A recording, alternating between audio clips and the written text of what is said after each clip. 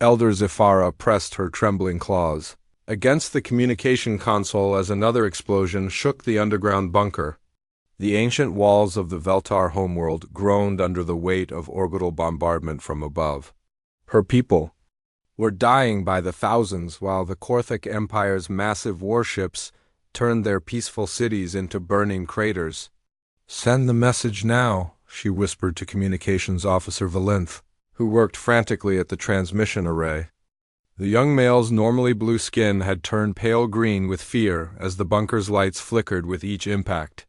"We must reach the legendary peacekeepers before it is too late."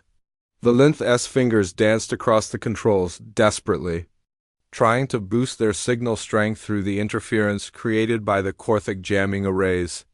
The translation matrix sparked and hummed as it attempted to convert their plea into the common galactic language, unknown to either of them. The ancient device had suffered damage during the first wave of attacks, corrupting key words in ways that would change everything.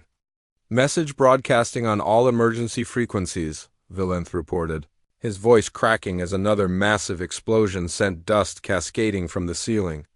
"I have included our coordinates and tactical data about the Korthic positions."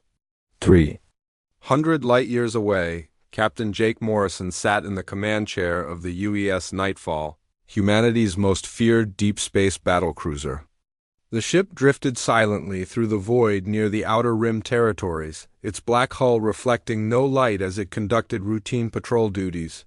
Morrison was a tall man with gray streaks in his dark hair, earned through 20 years of fighting in conflicts that most people preferred to forget. The bridge was quiet except for the soft hum of life support systems. His crew moved with the practiced efficiency of veterans who had survived battles on worlds where the very air could kill. Lieutenant Commander Kate Sullivan monitored the sensor displays while Ensign Bobby Chun tracked communication traffic from nearby systems. "Captain," Chen called out suddenly, his voice cutting through the peaceful atmosphere, "I'm picking up an emergency transmission on multiple frequencies. It's badly corrupted, but I can make out some words." Morrison straightened in his chair, his combat instincts immediately alert. Emergency transmissions in this sector usually meant pirates, slavers, or worse. "Put it through the speakers, Chun." The bridge filled with the crackling static of a long-range transmission. Through the interference they could hear the desperate voice of Elder Zifara, though the translation matrix had mangled her words beyond recognition. What came through the speakers was a garbled plea that mentioned legendary Deathworlders and immediate assistance required, along with coordinate data. Sullivan frowned at her console. "Captain, the signal is coming from the Kepler 442 system. That's deep in uncharted territory, well beyond our normal patrol routes." Morrison leaned forward, his experienced mind racing through possibilities. The term Deathworlders was military slang that human intelligence operatives sometimes used when requesting emergency extraction from hostile situations. The coordinates could indicate a deep cover mission gone wrong. "Chun, can you clean up that signal any further?" Morrison asked. The young communications officer worked his console for several minutes, applying filters and enhancement protocols. Gradually, more words became clear, though still heavily distorted. They heard fragments about savage invasion and orbital bombardment and "our people are dying." "Sounds like our people are trapped in a war zone," Morrison muttered, standing up from his command chair. The captain began pacing the bridge, a habit he had developed during his early days fighting on Titan. "Sullivan, plot a course for those coordinates. Maximum burn." "Sir, that will take us completely outside human space," Sullivan warned. "We'll be operating without backup or support." Morrison stopped pacing and fixed her with a hard stare. "Our people are asking for help, Commander. We don't leave anyone behind." As the Nightfall began its journey toward the Veltar system, Morrison sent an encrypted message to Admiral Lisa Kane, commanding the 5th Deep Strike Fleet. The message was brief and used coded language that had been developed during the brutal campaigns against the Outer Colony rebellions. Admiral Kane received Morrison's transmission aboard her flagship, the UES Devastator, while the massive vessel hung in orbit around humanity's newest military outpost. She was a stern woman in her 50s, with silver hair pulled back in a tight bun and cold blue eyes that had seen too much war. Her reputation for tactical brilliance was matched only by her absolute ruthlessness when it came to protecting human lives. "Morrison thinks we have deep cover operatives trapped in hostile territory," she said to her chief of staff, Commander Ryan Clark. The younger officer stood at attention beside her command chair, his face grave as he processed the implications. "The coordinates place them in completely unexplored space, Admiral," Clark replied. "We have no intelligence assets operating in that region." Kane studied the star charts on her main display, her mind analyzing tactical possibilities. The Fifth Deep Strike Fleet was humanity's most elite military force, consisting of 12 heavy battle cruisers and their escort vessels. Each ship was crewed by veterans who had survived conflicts on Deathworlds where gravity could crush bones and atmospheric pressure could liquefy organs. "Perhaps they were inserted there without our knowledge," Kane said finally. "Black operations sometimes operate outside normal command structures." She made her decision with the swift certainty that had made her legendary among human military forces. "Signal the fleet. We deploy immediately. Full battle configuration." The order went out across the fleet's communication network, reaching ships like the UES Reaper, UES Hellbringer, and UES Thunder's Edge. Crews that had been conducting routine maintenance and training exercises suddenly shifted into combat preparation mode. Weapons were charged, armor plating was checked, and Marine squads began suiting up for potential boarding actions. Captain Alex Turner of the UES Hellbringer received his orders while reviewing tactical reports in his ready room. He was a compact man with dark skin and intelligent brown eyes, known throughout the fleet for his ability to lead from the front during ground operations. His ship specialized in close-quarters combat and boarding actions. "Sergeant Danny Walsh to the bridge," Turner announced over the ship's communication system. Walsh was his senior Marine, a massive man with arms like tree trunks who had earned his rank through actions on 3 different Deathworlds. When Walsh arrived, Turner briefed him on the situation. "We're heading into unknown territory to extract what might be our people from a hostile situation." The transmission mentioned orbital bombardment and savage attacks. Walsh nodded grimly, already thinking about equipment loads and tactical approaches.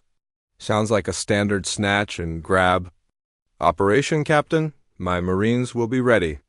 As the human fleet prepared to jump to hyperspace, none of them realized they were about to stumble into a first contact scenario that would reshape galactic politics forever.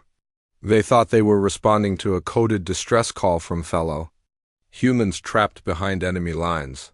The truth was far more complicated, and far more dangerous than any of them could imagine. Elder Zephyra watched the tactical display with growing desperation as another Veltar city disappeared in a flash of nuclear fire. The Korthic Empire showed no mercy to her people, treating them like insects to be crushed under their boots. The massive alien warships moved through orbit like predators, selecting their targets with casual cruelty. "Any response to our transmission?" she asked Communications Officer Velenth, though she already knew the answer from his dejected posture. The young male had been monitoring all frequencies for the past 6 hours, hoping for any sign that help was coming. "Nothing yet, Elder," Velenth replied, his voice barely above a whisper. "But our sensors are detecting strange energy readings approaching from deep space. Something very large is moving toward our system." Zephyra felt a flutter of hope in her chest. The legendary peacekeepers were known throughout the galaxy for their ability to resolve conflicts through negotiation and wisdom. Perhaps they had finally received the message, and were coming to arrange a ceasefire with the Korthic forces. Meanwhile, the human fleet raced through hyperspace toward the coordinates they had received. Admiral Kane stood on the bridge of the UES Devastator, studying tactical projections with her senior staff. The massive battlecruiser cut through space like a knife, its hull bristling with weapons designed to crack open fortress worlds. "Estimated arrival in 4 hours, Admiral," reported Navigation Officer Lieutenant Pete Williams. The young man had been with the fleet for 3 years and had learned to appreciate the deadly efficiency of human military operations. Commander. Ryan Clark moved to stand beside Kane at the central display table. I've been analyzing the transmission. Fragments, he said, pulling up the cleaned audio files. The references to orbital bombardment and enemy forces suggest our people are trapped in an active war zone. Kane nodded grimly as she listened to the garbled transmission again. The desperate tone was unmistakable, even through the static and interference. What do we know about this system? Very little, Clark admitted. It's beyond our current exploration. Boundaries. No official contact with any species in that region. If we have operatives there, it would have to be a deep black operation. Aboard the UES Reaper, Captain Morrison was conducting his own analysis of the situation. His ship had maintained point position throughout the hyperspace jump, ready to drop out first and assess threats. Morrison had learned through bitter experience that rescue operations often turned into ambush. Lieutenant Sophie Hayes, what's your tactical assessment? Morrison asked his weapons officer. Hayes was a sharp-minded woman in her 30s who had earned her position through exceptional performance during the Proxima Centauri conflicts. Hayes studied her display screens carefully before responding. Based on the transmission fragments, we're looking at a siege scenario. Multiple hostile vessels conducting orbital bombardment against surface targets. Classic suppression tactics. Morrison felt anger building in his chest. Orbital bombardment of civilian targets was considered a war crime under human military law. Whatever species was conducting these attacks had crossed a line that demanded immediate retaliation. Prepare all weapon systems for combat deployment, Morrison ordered. I want us ready to engage the moment we drop out of hyperspace. The UES Hellbringer maintained formation with the rest of the fleet, its crew preparing for what they expected to be a hostile extraction mission. Captain Turner walked through the Marine barracks where Sergeant Walsh was briefing his squads on boarding procedures. Remember, we're going in to extract our people from a hostile situation, Walsh told the assembled Marines. That means speed and violence of action. We hit hard, we hit fast, and we get our people out. Corporal Matt Johnson raised his hand from the back of the group.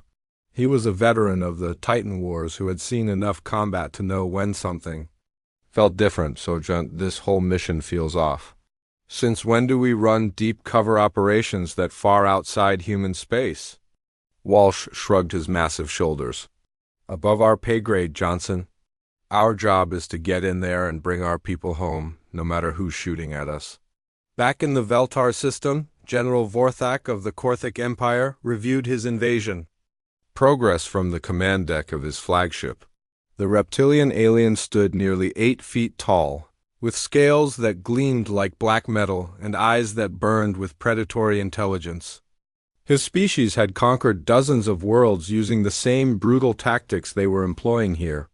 Surface resistance is nearly eliminated, reported his tactical officer, a smaller Korthak with nervous mannerisms. The Veltar military forces were completely inadequate. They barely qualified as target practice. Vorthak nodded with satisfaction.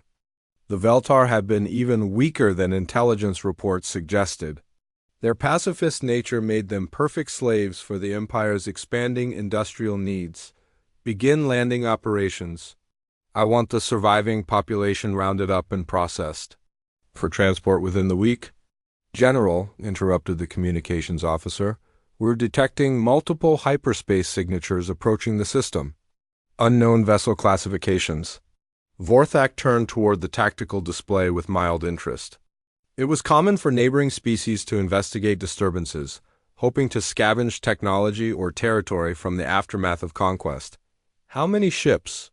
12 large vessels, General. Energy signatures suggest heavy military construction. The Kortha commander dismissed the threat with a wave of his clawed hand. Probably another primitive species hoping to claim salvage rights. Prepare to demonstrate why the Korthak Empire is not to be challenged. As the human fleet approached the edge of the Veltar system, long-range sensors began picking up detailed scans of the tactical situation. What they saw confirmed their worst fears about the fate of their supposed operatives. Multiple large vessels in orbit around the fourth planet, Hayes reported to Morrison. They're conducting systematic bombardment of surface targets. Massive energy signatures consistent with nuclear weapons. Morrison felt his jaw clench as he processed the information. The enemy was using weapons of mass destruction against what appeared to be defenseless targets. Any signs of our people? Negative on human energy signatures, Hayes replied. But with this level of interference and bombardment, our people could be hiding in shielded facilities. Admiral Kane received similar reports aboard the Devastator. The tactical picture painted by her sensors showed a one-sided massacre in progress. Whoever these aliens were, they were committing genocide. On an industrial scale, signal the fleet, Kane ordered. We deploy an attack formation. All ships' weapons free upon emergence. Elder Zafara watched her sensor display with growing excitement as the approaching energy signatures grew stronger. The mysterious ships were almost at the edge of their system, and their power readings suggested vessels of incredible size and capability. They must be the peacekeepers, she told Valinth. Prepare a formal greeting transmission. Include our gratitude for their response and full tactical data about Korthak positions. What neither the Veltar nor the Korthak realized was that they were about to witness the arrival of humanity's most elite military force, operating under the assumption that they were conducting a combat rescue mission. The stage was set for a first contact scenario that would be written in fire and blood across the stars. The human fleet dropped out of hyperspace at the edge of the Veltar system like predators emerging from the darkness. Admiral Kane watched her tactical display as 12 massive battlecruisers materialized in perfect formation, their weapons already charging and shields at maximum power. The sight would have been beautiful if not for the deadly purpose behind it. All ships report ready for combat operations, Commander Clark announced from his position at the Fleet Coordination Station. The younger officer's voice carried the tension that always preceded major military action. Though his training kept him focused on his duties, Kane studied the tactical display, showing the Korthak fleet positions around the Veltar homeworld. The alien ships were spread out in what appeared to be a standard siege formation, clearly not expecting any serious opposition. Their positioning showed arrogance rather than tactical awareness. Open a channel to all enemy vessels, Kane ordered. Her voice carried the cold authority of someone who had ended conflicts on a dozen different worlds. This is Admiral Lisa Kane of the Human, 5th Deep Strike Fleet. You are ordered to immediately release all human personnel in your custody and withdraw from this system. You have 10 minutes to comply before we commence hostile action. The transmission burst across all frequencies, reaching both the Korthak fleet and the underground bunkers where Elder Zafara and her people waited in desperate hope. The Veltar leader felt confusion wash over her as she listened to the aggressive language, coming from what she had believed were peacekeepers. They sound very angry, Communications Officer Valinth observed, his pale blue skin showing patches of nervous green. Perhaps this is how peacekeepers negotiate with hostile forces. Zafara nodded uncertainly while preparing her response. Send our gratitude for their arrival and provide them with complete tactical information about Korthak positions and ship classifications. They will need this data to conduct proper negotiations. On the Korthak flagship, General Vorthak stared at his communication console in bewilderment. The transmission made no sense to him. Human personnel? He had never heard of this species, and certainly held no prisoners from their ranks. What is this primitive species talking about? Vorthak demanded of his communications officer. The smaller Korthak nervously adjusted his translation equipment before responding, "Unknown, General. Our databases contain no information about humans. Perhaps they are confused about our current operations." Vorthak dismissed the threat with typical Korthak arrogance. His fleet consisted of 28 heavy cruisers and countless smaller vessels, all battle-tested against dozens of conquered worlds. Send a standard intimidation response? Tell them to withdraw or face destruction. Captain Morrison received the tactical updates aboard the UES Nightfall, while his crew prepared for combat operations. The intelligence coming from the Veltar bunkers was being interpreted as coded messages from human operatives providing enemy positions. "Lieutenant Hayes, target assessment," Morrison ordered as he studied the enemy fleet disposition on his main screen. The Korthek ships were large but appeared to use older technology based on their energy signatures. Hayes worked her targeting computers with practiced efficiency. "Multiple hostile vessels, Captain. Their positioning suggests they're not expecting resistance. I'm reading weapon systems consistent with orbital bombardment platforms rather than ship-to-ship combat vessels." Morrison felt disgust rise in his throat. These aliens were clearly specialized in attacking defenseless targets rather than fighting actual military opponents. "Prepare for immediate engagement? I want those bombardment ships eliminated first." The UES Reaper moved into attack position alongside the Nightfall, with Captain Alex Turner coordinating his ship's approach vector. Turner had been studying the enemy formations and identified what appeared to be their command vessel based on its central position and communication traffic. "Sergeant Walsh, prepare boarding teams," Turner announced over the ship's internal communication system. "We're going to need to search these ships for our people once we disable them." Walsh acknowledged the order while checking his combat armor in the Marine preparation bay. Something about this mission still felt wrong to him. But Marines followed orders and adapted to whatever situation they found. His teams were the best in the fleet at close-quarters combat, the 10-minute deadline, approached with no response from the Korthek fleet except for a dismissive message telling the humans to leave or be destroyed. Admiral Kane had expected this outcome and was already implementing her tactical plan. "All ships, commence attack," Kane ordered. "Primary targets are the bombardment vessels. Secondary targets are command and control ships. Rules of engagement are weapons-free." The human fleet opened fire with coordinated precision that stunned both the Korthek and the watching Veltar. Streams of coherent energy and kinetic projectiles reached across space to strike the alien ships with devastating accuracy. The first salvo vaporized 3 Korthek destroyers instantly, their shields and armor proving inadequate against human weapons technology. General Vorthak watched in shock as his ships began exploding around him. The human vessels were using weapon systems far more advanced than anything in Korthek experience. Their firing solutions were perfect and their rate of fire was impossibly high. "Return fire!" Vorthak roared, but his fleet was already in chaos.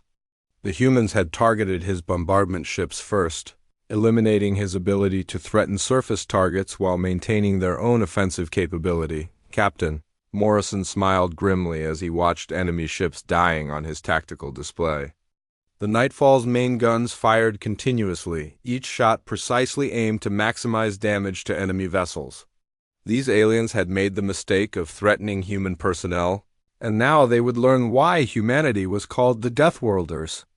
"Direct hit on enemy cruiser," Hayes reported with satisfaction. "Their shields are down and I'm reading massive internal damage." The battle was completely one-sided from the beginning. Human ships moved with impossible speed and precision, conducting maneuvers that should have been fatal to their crews but somehow left them fully operational. The Korthak had never faced opponents who could withstand the acceleration forces necessary for such aggressive tactics. Lieutenant Kevin Murphy launched his fighter squadron from the UES Thunder's Edge, leading 12 of humanity's best pilots into combat against Korthek interceptors. The enemy fighters were larger and more heavily armed, but human pilots had been trained in Deathworld conditions that made them faster and more aggressive than any normal species.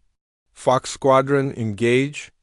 "At will," Murphy announced as his fighters swept through the Korthek formations like sharks through a school of fish. The alien pilots tried to respond but found themselves completely outmatched by human reflexes and tactical thinking. Elder Zafara watched the battle from her underground bunker with growing amazement and terror. These peacekeepers fought with a savagery and skill that defied everything she thought she knew about galactic civilization. Their ships moved like living things and their weapons struck with the precision of surgical instruments. "By the Ancient Ones," Valinth whispered as another Korthek ship exploded in brilliant fire. What manner of beings are these peacekeepers? The answer was becoming clear to everyone in the system.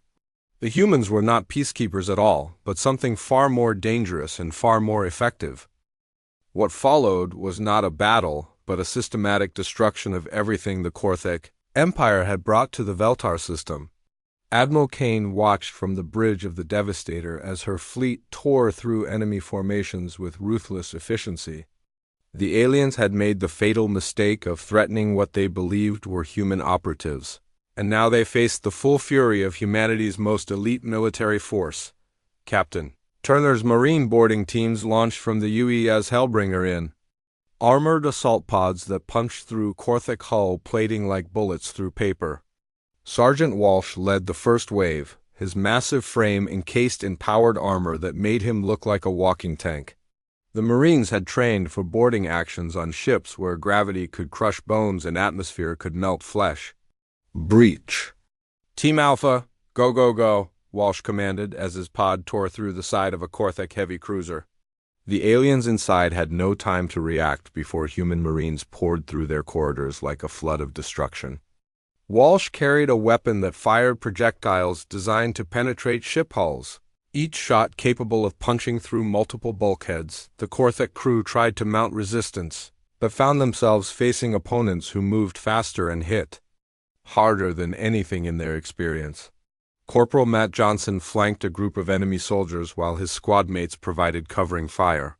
The aliens were larger than humans, but slower and less aggressive in close combat. Sector 7 clear, Johnson reported as the last Korthek defender fell to precise gunfire. No sign of human prisoners in this section. Meanwhile, Captain Morrison coordinated a pincer movement that trapped the remaining Korthek fleet between human battle cruisers and the defensive platforms orbiting the Veltar homeworld. The alien ships found themselves caught in crossfire from multiple directions with no escape route available. Enemy flagship is attempting to withdraw, Lieutenant Hayes reported from her weapons station. Shall I pursue?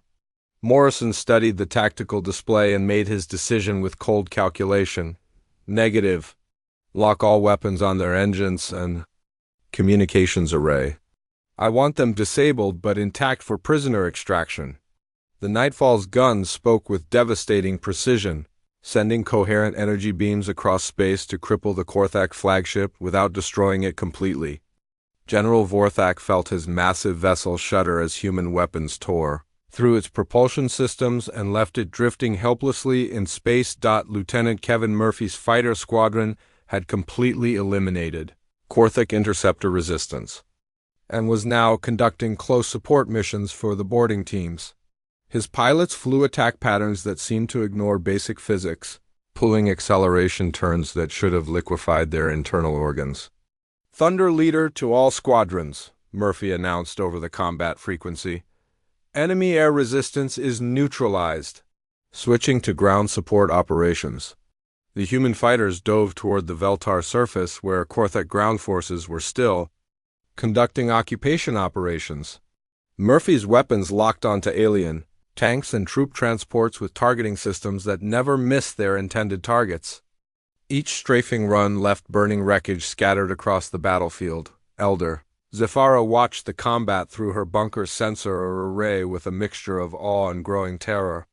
These peacekeepers fought with a level of violence that challenged everything she believed about civilized species. Their tactics were brutal and efficient, showing no mercy to enemies who had shown no mercy to her people. The orbital bombardment has stopped, Communications Officer Valinth reported with relief. In his voice, the Korthek ships are no longer firing on our cities.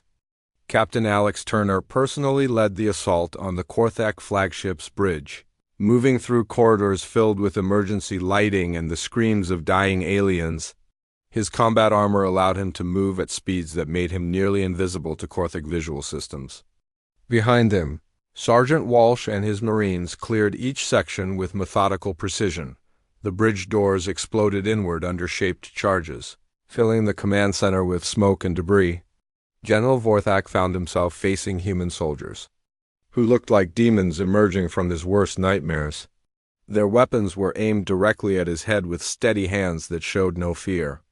"Surrender now, and you will be treated according to military law," Turner announced through his armor's translation system. "Resist, and you will be eliminated."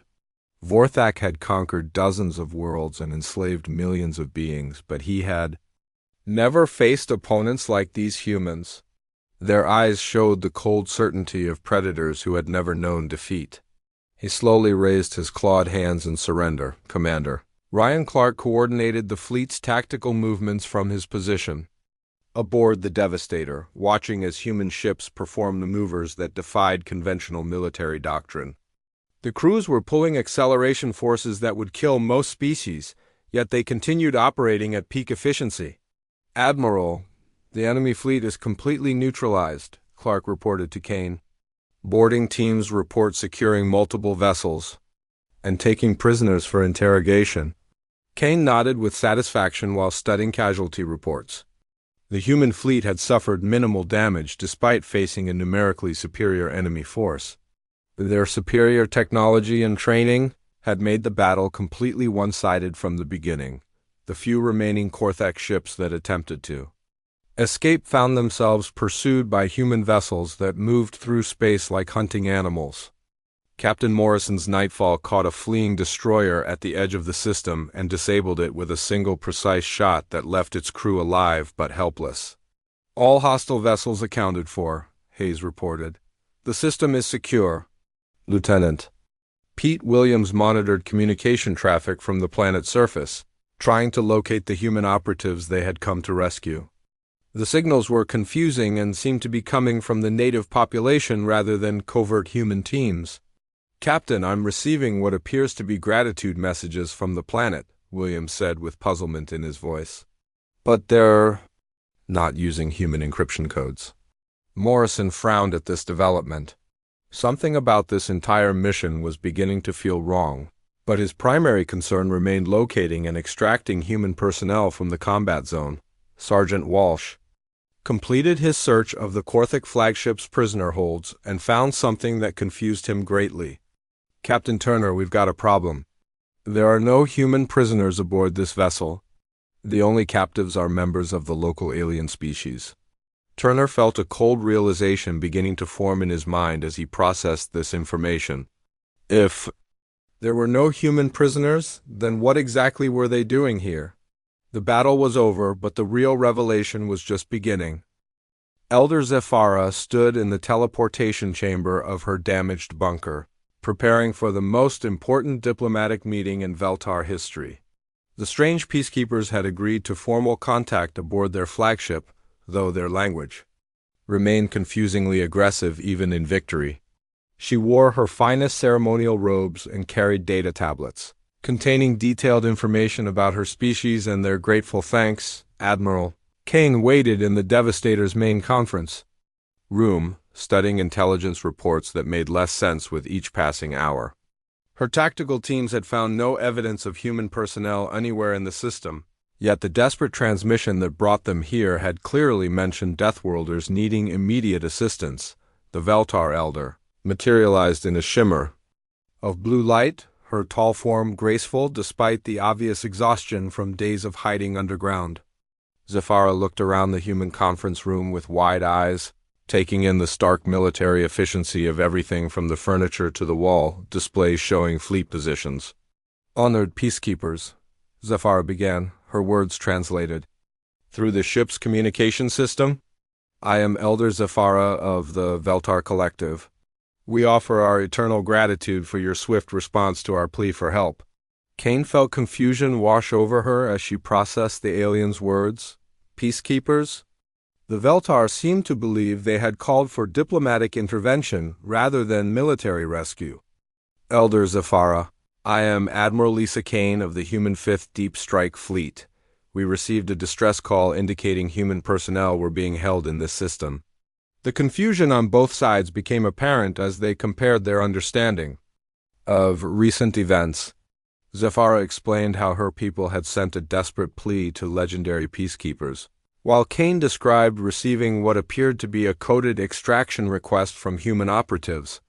There has been a terrible misunderstanding, Zafara said softly. Our translation systems were damaged during the bombardment. We called for peacekeepers, but our message was corrupted. We know nothing of your species or any human personnel in our system. Captain Morrison joined the meeting after completing his search of captured Korthik vessels. His expression was grim as he reported his findings to the Admiral. No human prisoners found anywhere, Admiral.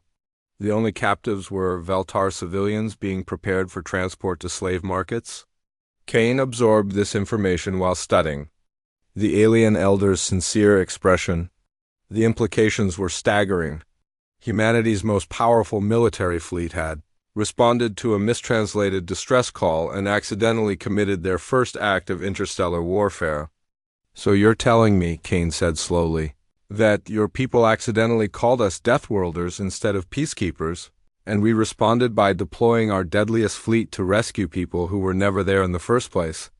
Zafara nodded, with embarrassment coloring her features. The corruption in our message systems caused this confusion. But your response, though unintended, saved our entire civilization from slavery and extinction. Commander Clark entered the conference room, carrying data tablets filled with tactical recordings from the battle. Admiral, you need to see these combat analysis reports. Our engagement has been recorded and transmitted throughout this sector of space. Word is spreading fast. The recordings showed human ships performing maneuvers that defied galactic understanding of physics and biology, crews withstanding acceleration forces that should liquefy internal organs, weapons accuracy that seemed impossible, and boarding teams moving through hostile environments like they were built for warfare. Captain Turner arrived with Sergeant Walsh to report on their interrogation of General Vorthak and other captured Korthik officers. The alien prisoners were in a state of complete shock, unable to comprehend how their overwhelming numerical advantage had been turned into total defeat so quickly.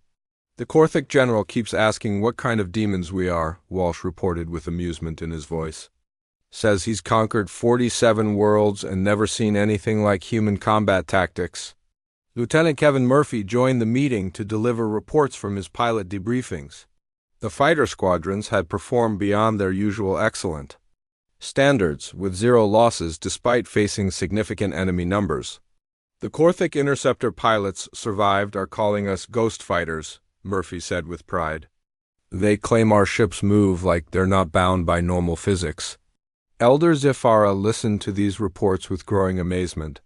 She had witnessed the battle, but hearing the details of human capabilities from the humans themselves was even more impressive.